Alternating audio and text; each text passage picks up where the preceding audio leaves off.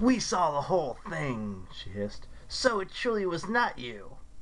I tossed her the helmet, which she caught in surprise. "Return that to Lord Hades," I said.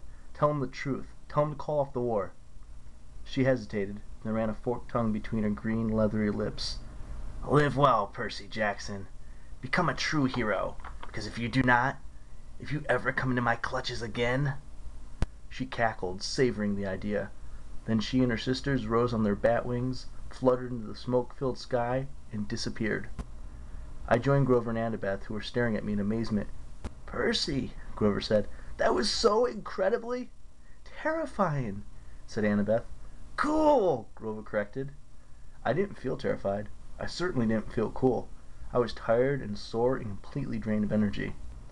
"Did you guys feel that? Whatever it was?" I asked. They both nodded uneasily. "Must have been the Furies overhead," Grover said.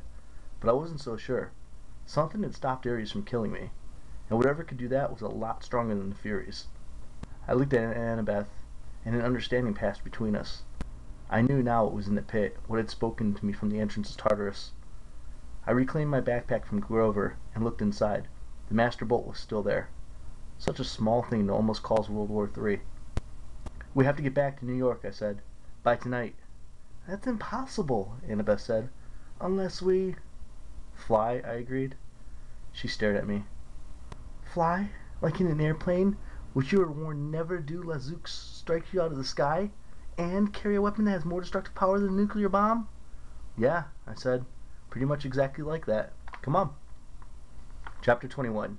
I settle my tab. It's funny how humans can wrap their mind around things and fit them into their own version of reality. Chiron had told me that a long time ago. As usual, I didn't appreciate his wisdom until much later. According to the LA News, the explosion in the Santa Monica beach had been caused by a crazy kidnapper. He fired a shotgun at a police car.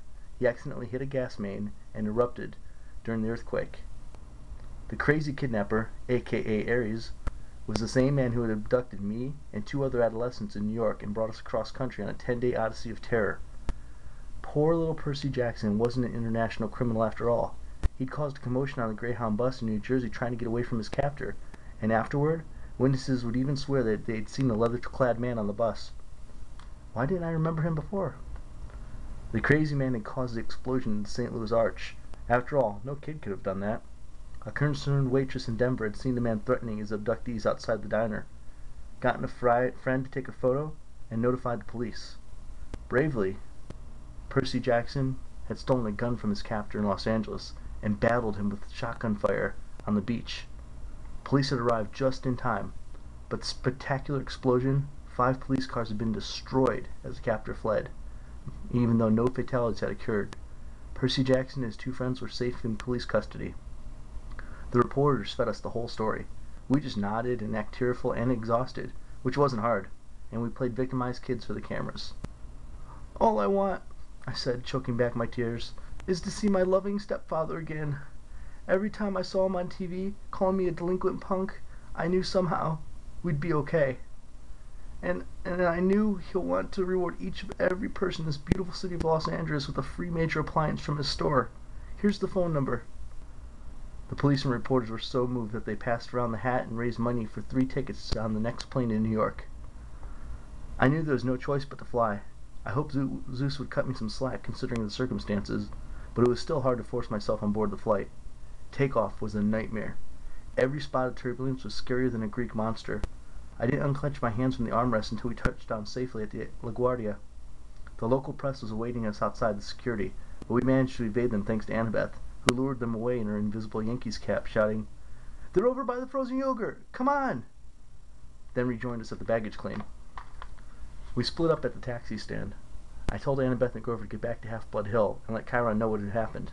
They protested, and it was hard to let them go after all we'd been through, but I knew I had to do this last part of my quest by myself. If things went wrong, if the gods didn't believe me, I wanted Annabeth and Grover to survive to tell Chiron the truth.